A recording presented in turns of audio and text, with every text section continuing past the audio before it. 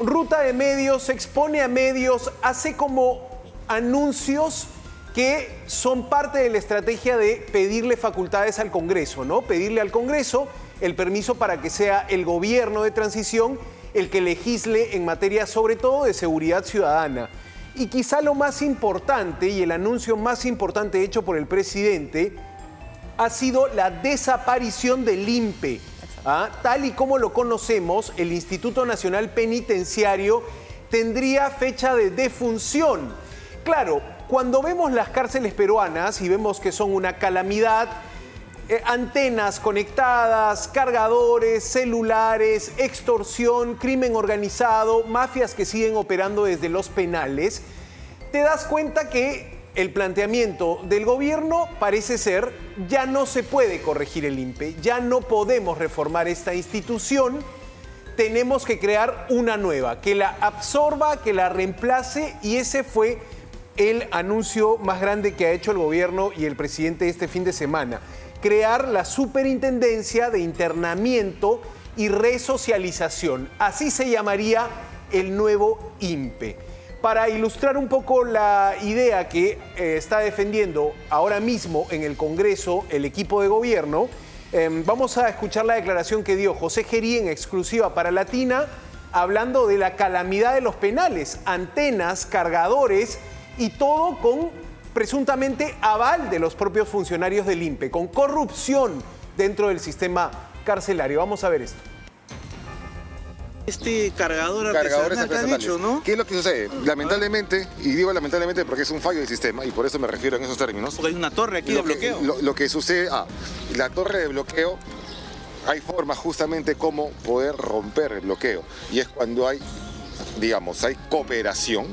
Exterior. Hay cooperación exterior, mandan la señal de afuera, acá hay una antena receptora y con ello se rompe el bloqueo temporalmente. Dentro del penal hay conexiones, hay intensidad de señal. Eso quiere decir que han roto el bloqueo y están haciendo por determinados momentos la posibilidad de que se puedan conectar por internet. O sea, hablamos corrupción interna en el INPE. Lamentablemente, lo que no se pregunta, hay hechos irregulares, evidentemente.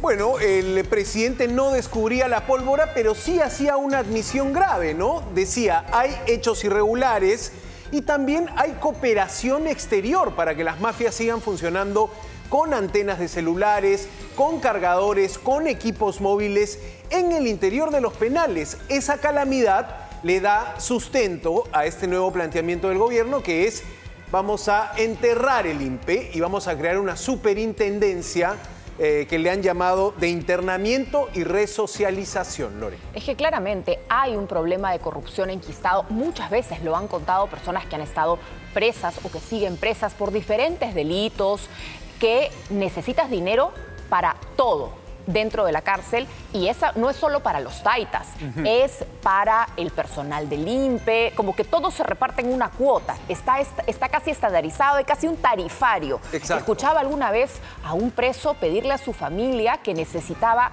dentro de la cárcel 5.000 soles mensuales. 5.000 soles mensuales para poder costear sus gastos dentro de la cárcel. Estás hablando de un sistema pernicioso. También comentaba el presidente Gerí, por ejemplo, que en una de sus visitas a penales se le acercó prácticamente al oído una funcionaria del INPE y le dice: presidente, el escáner no funciona. Claro. No han dicho nada, pero en verdad el escáner no está funcionando. Entonces, claro, si saben que no funciona, ¿cómo realmente revisas qué ingresa y qué no está ingresando al penal? Sí. ¿A quién le conviene que eso se mantenga chitón boca? Bueno, la policía había dicho la semana pasada que el INPE era un cáncer de corrupción. Lo dijo el coronel Víctor Reboredo a cargo de la División contra las Extorsiones. El gobierno está sustentando en este momento en el Congreso este pedido de facultades legislativas para crear esta entidad que reemplazará al INPE. Vamos a escuchar al ministro de Justicia, Walter Martínez, que le decía a los congresistas: tenemos que crear esta nueva superintendencia, el INPE ya no da la talla para defendernos del crimen organizado, para asegurarnos que los internos estén en las cárceles sin acceso a celulares o antenas móviles. Esperamos su apoyo patriótico, le decía el ministro de Justicia a los congresistas, como ya comprometiéndolos a darle luz verde al gobierno para que saquen estas leyes, esta que estamos comentando, quizá de las más interesantes, que sería la partida de defunción del INPE como está. Vamos a escuchar al ministro de Justicia. La estructura organizacional del INPE está desfasada. Planteamos para ello la creación de la Superintendencia Nacional de Internamiento y Resocialización, ente rector que absorberá al INPE y al PRONACES, que es el Programa Nacional de Centros Juveniles. Se materializará una estructura organizacional, moderna, especializada y eficiente que fortalecerá la seguridad y el tratamiento penitenciario. Y lo más importante, reducirá el nivel de incidencia delictiva y de infracción de la ley penal. Confiamos en su patriótico apoyo. Muchas gracias. Intentaba persuadir el ministro de Justicia, confiamos en su patriótico apoyo, esto es algo de querer o no querer a la patria. De todas maneras, Lore, tiene el gobierno mucha resistencia desde el propio INPE, porque allí tienes un sindicato fuerte, una representación de los trabajadores fuerte y una cabeza que no te ayuda mucho y está más bien siendo cuestionada, la figura del abogado que ahora está en la jefatura del INPE, el señor Iván Paredes. Tienes allí un gobierno que no se decide en ratificarlo o no. Tal parece que Iván Paredes podría acompañar la gestión hasta que se le ponga punto final a la vida institucional del INPE y se cree esta llamada superintendencia. Claro, pero bien me hacían el apunte, más allá del nombre, porque nombres los cambian a cada rato y gastamos en papelería, en branding, en todo la infraestructura nominal, pero en el fondo, este INPE ya no va a depender del Ministerio de Justicia. ¿Qué institución se va a hacer cargo? ¿Cuál va a ser la dotación? Y el apunte estaba antes de la fusión policial hecha en el primer gobierno del presidente Alan García, era la Guardia Republicana la que manejaba los penales. Yo le pregunto a todos los que recuerdan a esa Guardia Republicana, ¿funcionaba mejor que el INPE? ¿Era igual? ¿Era peor? ¿Cómo realmente resolver el fondo, que es lograr un sistema de control de prisiones eficiente y sin corrupción? Exactamente. Una de las ideas que manejaba el ministro y que exponía hoy también ante el Congreso era crear un régimen de extrema seguridad. Era acortar los procesos mediante los cuales se clasifican a los internos a penales. Digamos, acortar la discrecionalidad que tienen los funcionarios del INPE. Tienes que cambiar a una plana dirigencial, probablemente tienes que jubilar a toda una promoción de directores de penales. Claro. La verdad que hay muchas preguntas por responder, el gobierno solo te está lanzando su primera idea. Vamos a crear una superintendencia. ¿Sería parte del Ministerio de Justicia? Sí, como lo es la Superintendencia de Migraciones respecto al Ministerio del Interior. La policía en última instancia tiene control de las fronteras y el control del ingreso y salida de las personas. Y en este caso tienes también, Lore, el Ministerio de Justicia gobernando la situación sobre los penales. Se está planteando crear una nueva entidad solo para penales y una entidad para la defensa pública, que estos son los abogados que pone el Estado, ¿no? La verdad es que esta idea probablemente es lo más concreto que se ha hecho en el tema de seguridad ciudadana. ¿Es un cambio de nombre? ¿Es un cambio profundo? Es pronto para decirlo, pero desde el enfoque ya se está planteando la muerte del INPE, ¿no? Por demás una entidad muy cuestionada y donde se sabe la situación carcelaria no ha mejorado. Desde hace años tienes hacinamiento en penales, no se mejora esa situación. En los últimos años tienes crimen organizado fuerte desde los penales, extorsión desde los penales. Se instalan torres que bloquean señales, pero sigues teniendo antenas clandestinas entregando servicios de comunicación a los internos que tienen celulares. Entonces es algo incorregible. La sola creación de una nueva entidad lo corregirá, pues entendemos que no, pero vamos a ver qué más plantea el gobierno de transición en este aspecto.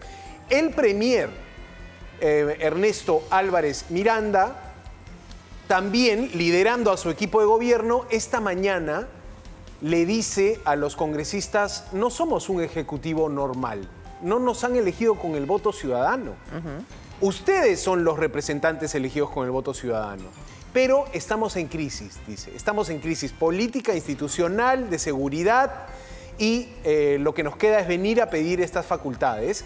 Él también dice, en una declaración bien fuerte que van a escuchar, no hay una institución, nos cuesta encontrar una institución pública que no tenga filtración de crimen organizado. Mira lo que dice el número 2 del gobierno de transición.